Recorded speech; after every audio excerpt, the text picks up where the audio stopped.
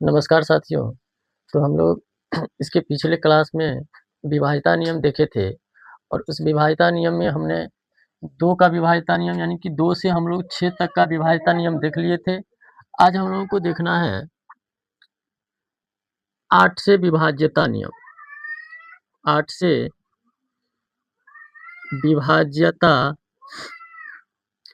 नियम कि कोई संख्या को हम लोग बिना भाग दिए कैसे बताएँगे कि संख्या 8 से विभाज्य है या नहीं है। 7 का कोई खास नियम नहीं होता है, इसीलिए हम लोग 7 का नियम नहीं देखेंगे। हम लोग आज 8 का विभाज्यता नियम देखेंगे। तो 8 का विभाज्यता नियम होता है, ऐसी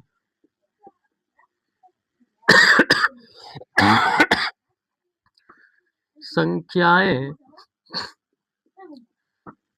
जिनके ऐसी संख्याएं जिनके अंतिम 3 अंकों से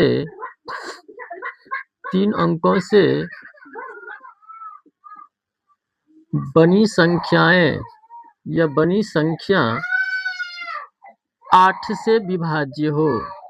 8 से विभाज्य हो तो वे संख्याएं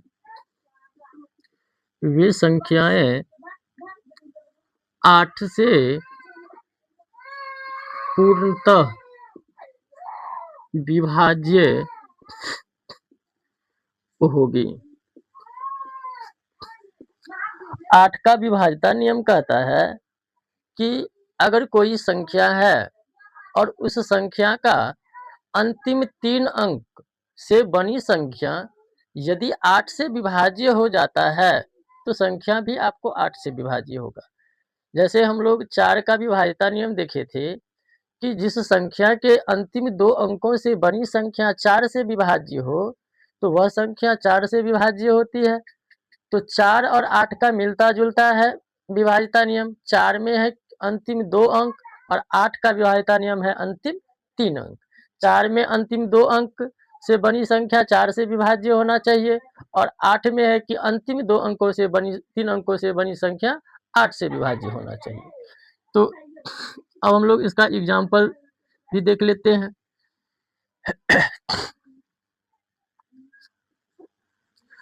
जैसे हम कोई संख्या लिखे हैं 1,43,000।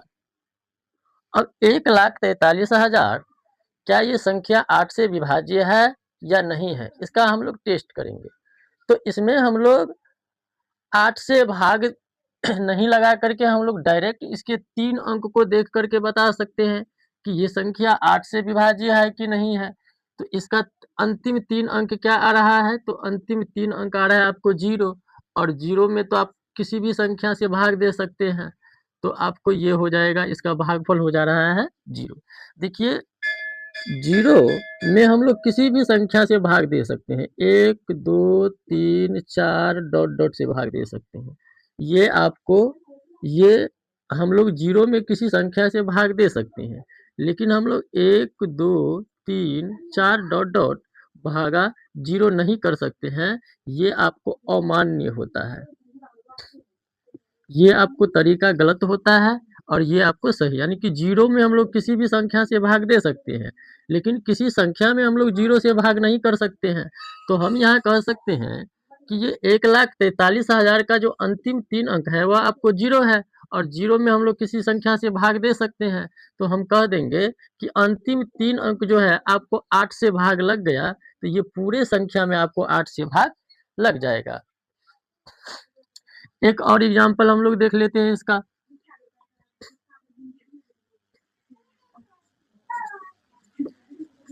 जैसे 15,024 लिखे हैं, क्या 15,024 8 से विभाज्य है या नहीं है?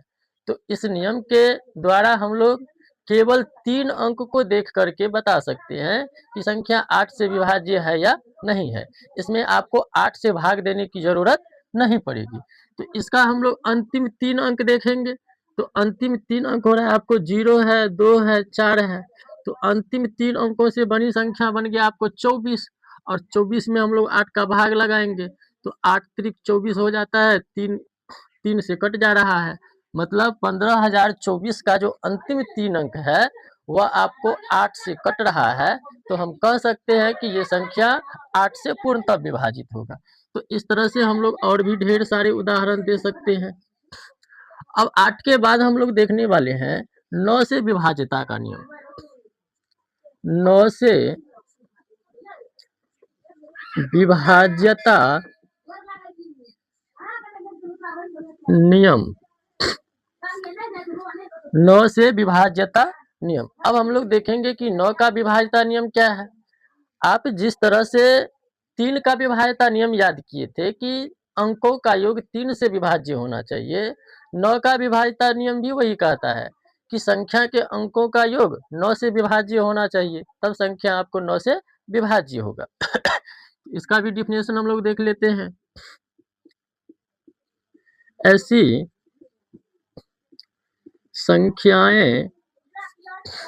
संख्याएं जिनके अंकों का योग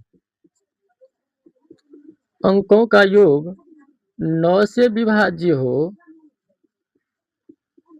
9 से विभाज्य हो, तो वे संख्याएं 9 से पूर्णतः विभाज्य होगी। जिस तरह से हम लोग 3 का विभाज्यता नियम याद किए थे कि संख्या के अंकों का योग 3 से विभाज्य होना चाहिए, तो 9 का भी वही नियम कहता है कि संख्या के अंकों का योग 9 से विभाज्य हो तो वह संख्या आपको 9 से पूर्णतः विभाज्य हो जाएगा। आइए इसका भी हम लोग एग्जाम्पल देख लेते हैं। इसका एग्जाम्पल हम लोग देखेंगे, जैसे संख्या है आपको 4410। क्या हम लोग बिना भाग दिए बता सकते हैं कि ये 9 से विभाज्य है या नहीं है? तो आइए हम लोग देख लेते हैं। नियम में कहता है कि अंकों का योग 9 से विभाज्य होना चाहिए, तो अंक है 4 4 1 0, सबको जोड़ दीजिए। 4 प्लस 1 प्लस 0, सबको जोड़ दीजिए। 4 4 8 1 9 9 0 9, 9 को हम लोग 9 से भाग देंगे, 9 एकम 9। ये आपको अंकों का योग 9 से कट रहा है, तो अंकों का योग 9 से विभाज्य हो रहा है, तो हम कह सकते हैं कि ये संख्या भी आपको 9 से विभाज्य होगा। अगला एग्जाम्पल हम लोग देख लेते हैं।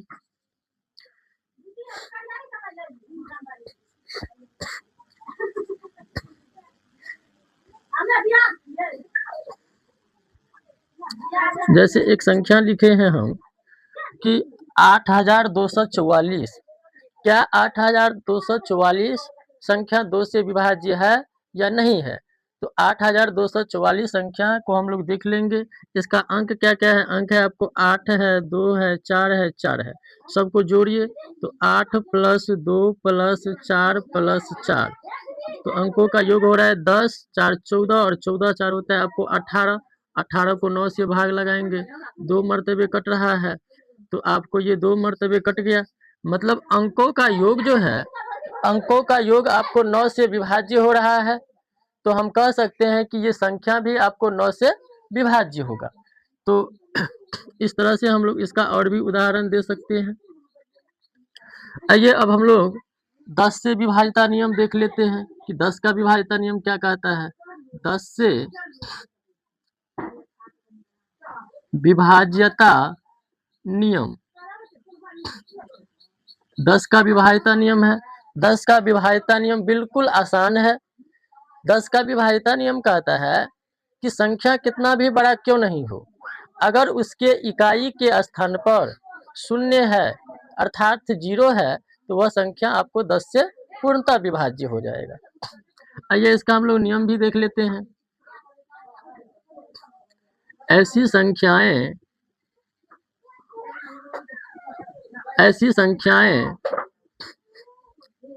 जिनके अंतिम अंक अंतिम अंतिम अंक 0 हो तो वे संख्याएं 10 से पूर्णतः विभाज्य होगी। 10 का विभाज्यता नियम कहता है कि ऐसी संख्या जिनका इकाई अंक 0 हो तो वह संख्या आपको 10 से पूर्णतः विभाज्य होगा। इसका भी हम लोग एग्जाम्पल देख लेते हैं। इसका एग्जाम्पल है 450। तो ये 450 है। क्या ये संख्या 10 से विभाज्य होगा कि नहीं होगा? तो 450 का हम लोग इकाई अंक देख रहे हैं, यहाँ पर 0 है। तो नियम भी कहता है कि यदि संख्या का इकाई अंक 0 रहेगा तो संख्या 10 से विभाज्य होगा, और 450 का इकाई अंक 0 है तो हम कह सकते हैं कि ये संख्या आपको 10 से विभाज्य है। 9710 9770 संख्या 10 से विभाज्य है कि नहीं है? तो हम लोग तुरंत क्या करेंगे, 10 से भाग नहीं लगा करके इसका हम लोग अंतिम अंक देख लेंगे। तो अंतिम अंक पे 0 है, तो आपके नियम में भी कहता है कि अंतिम अंक पे 0 रहना चाहिए, तो ये संख्या 10 से विभाज्य हो जाएगा। अगला एग्जाम्पल हम लोग देखते हैं। एक संख्या लिखे हैं हम 90,031। क्या 90,031 संख्या 10 से विभाज्य है या नहीं है? तो हम लोग 10 से भाग नहीं लगाएंगे इसमें, केवल हमको इसका अंतिम अंक देखना है। तो अंतिम अंक पे आपको 1 है, लेकिन आपके नियम में कहता है कि 0 रहना चाहिए, यहाँ पर 1 है, नियम को फॉलो नहीं कर रहा है, तो हम कह सकते हैं कि ये संख्या 10 से विभाज्य नहीं है। तो इस तरह से हम लोग और भी उदाहरण को समझ सकते हैं। ये था आप लोगों को 10 का विभाज्यता नियम। अब हम लोग 11 से विभाज्यता नियम देख लेते हैं। 11 से विभाज्यता नियम क्या है? 11 से विभाज्यता नियम 11 से विभाज्यता नियम थोड़ा जटिल है, इसको भी हम लोग देख लेंगे। तो 11 का विभाज्यता नियम कहता है ऐसी संख्याएं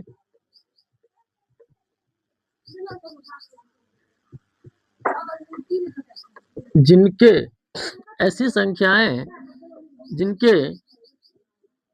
विषम स्थानों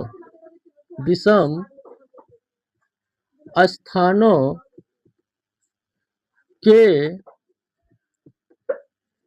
अंकों का योग, विषम स्थानों के अंकों का योग और सम स्थानों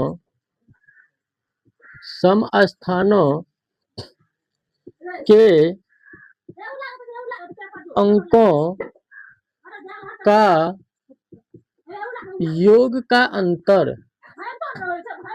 योग का अंतर 11 से विभाज्य हो। 11 से विभाज्य हो तो वे संख्याएं 11 से पूर्णतः विभाज्य होगी। ये है आपको 11 का विभाज्यता नियम। 11 का विभाज्यता नियम कहता है कि संख्या के विषम स्थानों के, यहाँ विषम संख्या नहीं कहा जा रहा है, विषम स्थान कहा जा रहा है। इस पर गौर करना है कि यहाँ पर विषम स्थानों के अंकों का योग और सम स्थानों के अंकों का योग, यहाँ थोड़ा कंफ्यूजन होता है कि सम स्थान नहीं समझ करके सम स्थान और विषम स्थान समझना है। तो हम यहाँ उदाहरण में सम स्थान और विषम स्थान भी को समझेंगे। तो सम स्थान और विषम स्थान के अंकों के योग का अंतर यदि आपको 11 से विभाज्य होता है तो वह संख्या भी आपको 11 से विभाज्य होगा। आइए इसका हम लोग एग्जाम्पल भी देखते हैं। जैसे 121 है। क्या 121 11 से विभाज्य है या नहीं है? अगर हम 121 में 11 से भाग देते हैं तो क्या ये संख्या 11 से विभाज्य है? तो हम क्या इसमें भाग दे करके बताएंगे 11 से? ये छोटी संख्या है, हम लोग भाग दे भी सकते हैं, लेकिन अगर कोई बड़ी संख्या होगा और तब अगर हमको बताना होगा कि 11 से विभाज्य है या नहीं है, उसमें अगर हम लोग 11 से भाग करते हैं तो उसमें समय लग सकता है। अगर इस नियम को हम लोग फॉलो करते हैं तो कुछ ही सेकंड में आप लोग बता सकते हैं कि संख्या 11 से विभाज्य है कि नहीं है। तो इसमें जो हम लोग देखेंगे तो विषम स्थान पहला होता है आपको विषम स्थान, और एक अंक छोड़ करके एक अंक विषम। तो अगर इसको हम लोग विषम माने तो एक अंक छोड़ करके ये हो जाएगा आपको विषम, एक और एक तो क्या है, विषम स्थानों के अंकों का योग। विषम स्थानों के अंकों का योग। तो इसमें आपको विषम स्थान क्या क्या है, एक है और एक है, तो एक और एक को हम लोग जोड़ लेंगे, यहाँ पर 2 आ गया। अब जो बच गया है वो आपको सम स्थान होगा, तो सम स्थानों के अंकों का योग। सम स्थानों के अंकों का योग। तो सम स्थानों के अंकों का योग, इसमें तो केवल सम स्थान 2 ही ठो है, तो ये हो गया आपको 2। अब इसका हम लोग अंतर निकालते हैं, अंतर। अब अंतर, तो अंतर आपको विषम स्थानों के अंकों का योग 2 और सम स्थानों के अंकों का अंत योग है आपको 2, दोनों का अंतर निकालेंगे तो आ रहा है 0, और 0 में हम लोग 11 से भागा देंगे तो ये कट रहा है। मतलब विषम स्थानों के अंकों का योग और सम स्थानों के अंकों के योग का अंतर आपको 11 से विभाज्य हो रहा है, तो हम कह सकते हैं कि ये संख्या भी 11 से विभाज्य है। तो धन्यवाद। ये था आप लोगों को विभाज्यता से दूसरा क्लास था, जिसमें हम लोग आज 8 से 11 तक के विभाज्यता नियम को देखे। तो ये आप लोगों को क्लास कैसा लगा कमेंट में ज़रूर बताइएगा। जय हिंद, धन्यवाद।